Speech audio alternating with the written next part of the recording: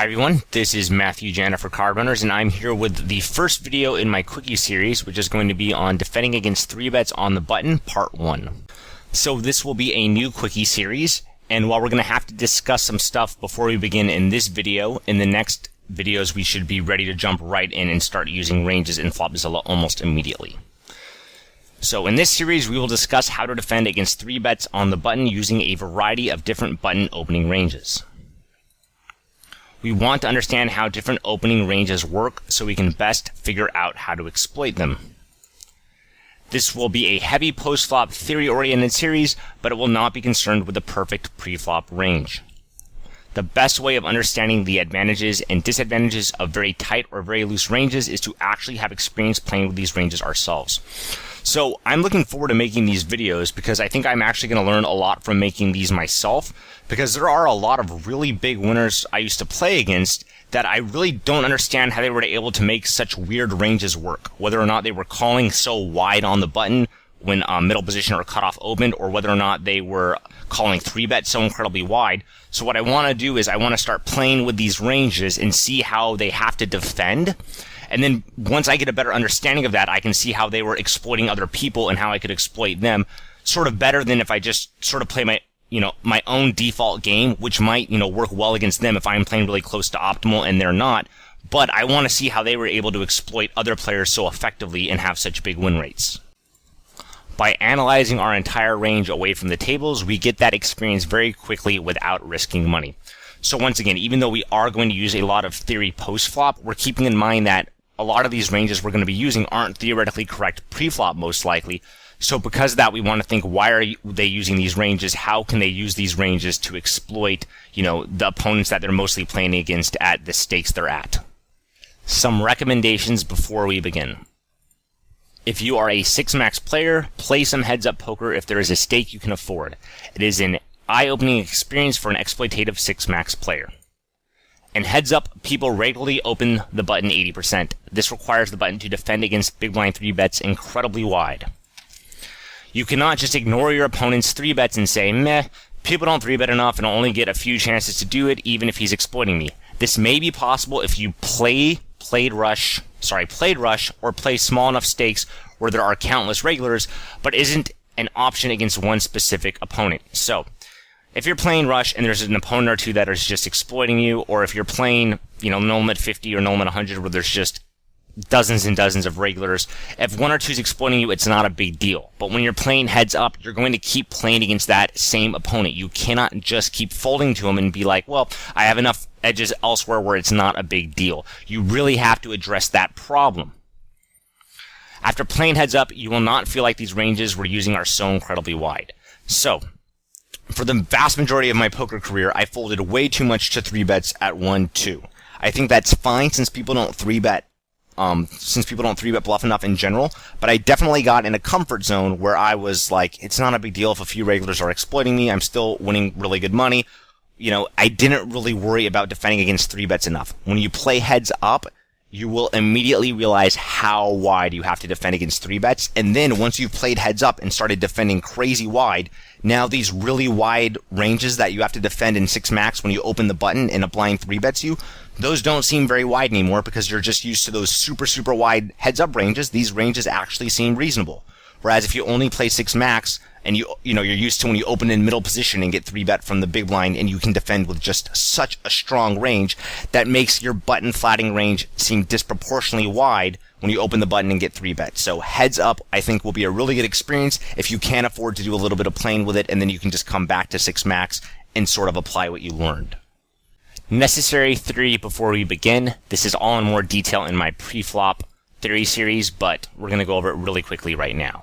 We will assume the button opens to 3 big blinds and our opponent 3-bets in the big blind to 10 big blinds. This means our opponent risked 9 big blinds to win 4.5 big blinds, and we must defend at least 33% of the time. It doesn't matter whether or not it's the big blind or the small blind that 3-bet for the most part. It will slightly change these frequencies. They're both very, very similar, so we're just going to use this. You're usually going to have to defend at least, 30% of the time, maybe a little bit more. It will rarely, if ever, make sense to 4-bet for value with a hand worse than 10s or ace-queen. Most people don't felt many or any ace-jack or 9-9 hand combos, and calling is better. So while it is clearly profitable to 4-bet and call off with tens or ace-queen when facing a 3-bet, since we are in position on the button, it's much better to call with them against the vast majority of opponents. A balanced 4-betting range usually consists of 3% value hands and 2% bluffs. The value hands usually are jacks and better and ace-king, because jacks can get it in against tens and ace-king can get it in against ace-queen. Your opponent will usually 3-bet and 5-bet those hands. This means 4-betting wide preflop is not an option. This is why 5-bet jamming as blinds versus button is so effective. People get annoyed with wide 3-bets yet don't know how to defend by calling, so they end up 4-betting or folding. So this is an incredibly effective line to take against players that are opening the button too wide. It's pretty common where if I'm playing against someone that opens the button, over 60% of the time, I'll just 5-bet jam in the blinds with like all my pocket pairs and all my ace-x suited, which 3-bet. Because it's just so incredibly hard for them to have a value hand often enough. Those players usually are going to 4-bet a lot because they know they open the button wide, so they think people are 3-betting against them aggressively.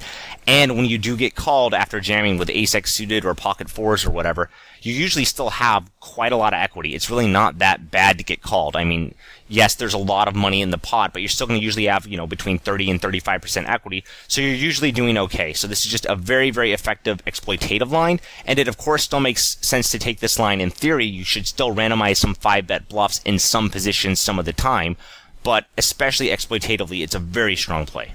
You of course need to take into account what stakes you're playing, what your image is, how aggressive are you as a 3-better. If you don't 3-bet bluff almost ever, you're not going to be able to get away with 5-bet bluffing because people aren't going to 4-bet bluff against you. But, just keep this in mind when playing against players with very wide button opening ranges. Necessary theory continued. We need to call some extra hands to prevent our opponent from free-rolling flops. For example, if we call only one of 3 times and we never 4-bet, our opponent wins 4.5 big blinds twice when we fold to his 3-bets, and he gets his 9 big blind 3-bet called once.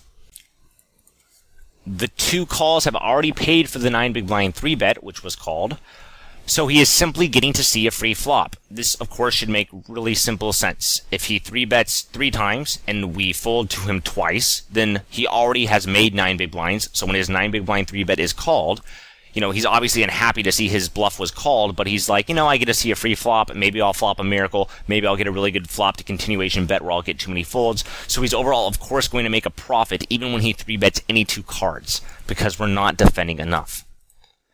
We cannot solve for how many extra times we need to call. We simply have to make an intelligent estimation. There is no way to solve for this number. We can't solve for exactly how much worse it is when our opponent gets his 3-bet called than when he gets his 3-bet 4-bet. There's no way to mathematically solve for that without solving the entire game of poker. So let's get started. A 35% button opening range. We open 35% on the button and our 3-bet. We need to defend 35% times 33.3%, which equals 11.7% of our range. So that's 11.7% of all possible combos we can have pre-flop because we're only opening the best 35% of hands, and then we have to defend 33.3% of those 35% hands. We defend 5% by 4-betting, and we're going to assume that's a balanced range. So we're left with 11.7% minus 5% equals 6.7%. Now we decide to call 6.7 times 2% to make up for the fact that our opponent's free rolling. So we're now calling twice as often as we would have to because we want to prevent the free rolling of our opponent. When you want to think about this in mathematical terms, that would mean when our opponent 3-bets to 9 big blinds and he gets his 3-bet bluff called, he expects to on average win 4.5 big blinds back, which is probably a pretty fair estimation. So for example, if the button opens one of the worst hands I'll 3-bet bluff with, usually is going to be like King 3 suited. And if I on average get back, half of my 3-bet when I get called, that seems about right. Sometimes I'm just going to flop a king, or I'll flop a flush draw, or I'll be able to just flop a board texture where I'm going to get a ton of folds. So getting about half my money back seems right, because also a lot of times I'm going to flop the worst hand and I'm not going to know it. I'm going to continuation bet and my opponent's going to call. So I think this sort of call multiplier I used here is very reasonable, but if you disagree, you can just slightly adjust it. It's not a big deal. We will now attempt to defend said range. So this is the range I decided to defend, and in this series we are going to talk about the preflop ranges a little bit more, whereas in my hour-long videos, I more of just say, hey, here's the range I'm defending, here's how we're going to defend on flops. Here we're going to actually discuss the range a little bit more. So as I already mentioned, ace queen, it's definitely a hand that has a good amount of equity when you call your opponent's 5-bet. It blocks a lot of your opponent's hands when you 4-bet it, but for the most part, it's going to be better as a call. The same applies for pocket 10s. Still profitable 4-bets, but we wanted to call with them. So we wanted to basically just call with the best possible 11.5% of hands, and then obviously we would 4-bet bluff some of these suited aces that we're not calling with. So here's what I believe are the best 11.5% of hands. There's some things in it that are very debatable, which I want to point out because this is by no means the correct answer, but this is just what I picked when I was making this video, what I think is mostly best. So 7-6 suited, 10-8 suited, King-9 suited and Queen-9 suited, King-Jack off and Queen-Jack off, and even a hand like Ace-4 suited, those are all, and pocket 6s, those are all very, very close to one another in hand strength.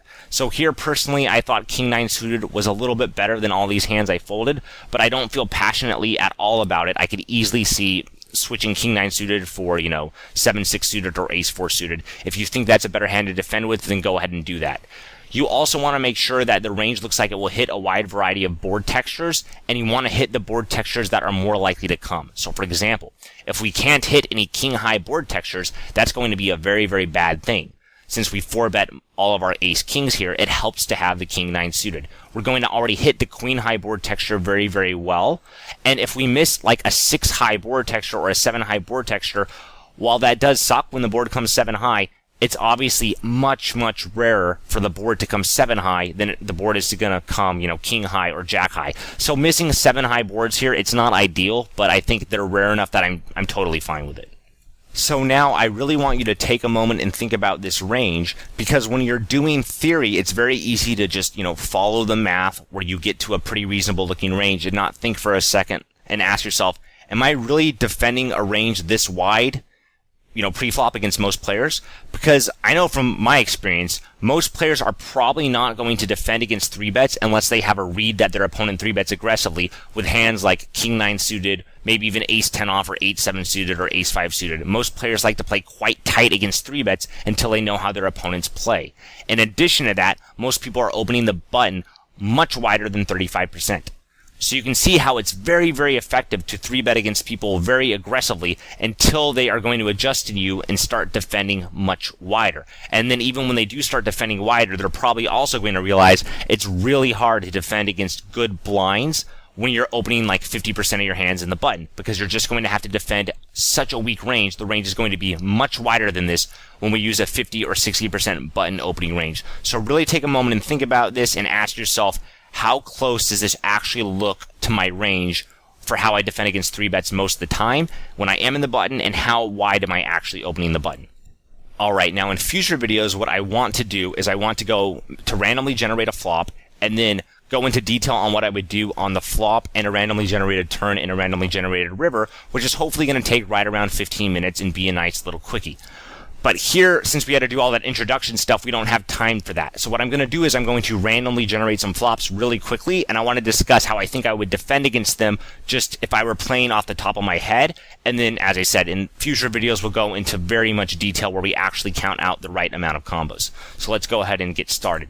Okay, so the first thing you want to look at this board is Jack-9-2 Rainbow. Jack-high boards hit our range much better than our opponents for the most part. So our opponent is still going to have his, polarized 3-betting range where he has, pocket queens, pocket kings, pocket aces, and pocket jacks. But we're the one that has all that ace-jack off, king-jack off, and all these suited jacks. So this is a very, very good board for our range. And it's one where it's probably not going to be that hard to defend, a reasonable amount of combos. So let's go ahead and look at, we have top pair or better 26% of the time. We're going to have to defend against a half pot continuation bet around 70% of the time, though. So we are going to have to call with some pretty weak hands. Let's see. So any weak pair is, we wouldn't probably want to call with weak pairs. Or, maybe we'd fold 8s or 7s. That would actually be close. But middle pair alone is going to be 70%. And then we also have, 20% gut shots. And then we can call with some reasonable overcards like ace queen suited in the backdoor flush draw. So this is actually not going to be a very difficult board to defend on, I don't think. There's just almost all these hands here just are going to have some sort of gut shot or pair or something. And then, as I said, maybe we'll defend the 8s or the 7s. So this is a board texture where I would only defend by calling, and I don't think that's going to be very hard to do. One hand you could maybe consider raising here would be like Jack-9 suited or Ace-Jack, but I think I still prefer to call with all those and make my opponent, keep barreling since he gave me such a good price on the flop. So I'm mostly going to defend by calling here, and I don't think this board's going to be that hard to defend, which makes sense because this range is quite strong. Let's do another one. 9-3-3. This is a pretty bad flop for our range, and that should be very obvious to see because our opponent is going to have all the really good overpairs, and he's also going to have all the really good bluffs. Our opponent's going to have ace-king, ace-queen, maybe some king-queens, that's kind of close to a merge pre-flop, but it makes sense for the big blind to 3-bet king-queen sometimes, and that's also a good hand to c-bet.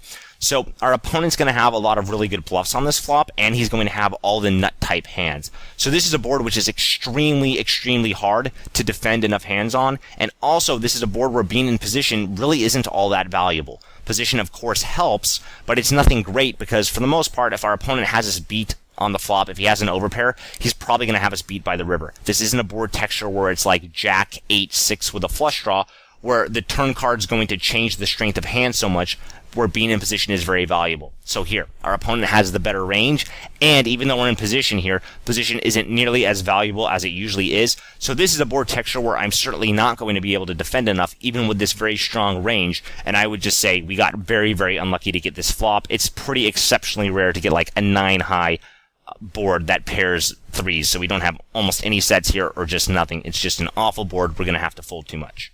So we're out of time. And while I do hope you enjoyed this video, I would more of look at it as like the A New Hope type of video in the series, where this is the video where I'm trying to establish exactly what's going on. I'm trying to set up the conflict that I have. We're being oppressed by aggressive blind 3-betters, and we're trying to figure out how to defend against it. Whereas we'll actually show the major parts of the conflict in the next videos, which will be sort of the Empire Strikes Back, Return of the Jedi type videos, which you'll probably enjoy a little bit more, and they'll be a little more exciting as we get into more interesting and dynamic spots on the turn and river with different and more wider ranges. So, thanks for watching, everyone. I hope you enjoyed the video, and I'll see you guys soon. Good luck at the tables. Bye. Want to see your hands in the Quickie? Convert your hand history using the CR converter or post it in the forums. Send your link or questions to thequickie@cardrunners.com. Please include all relevant reads, stats, and information. The more info you provide, the more likely you'll be selected.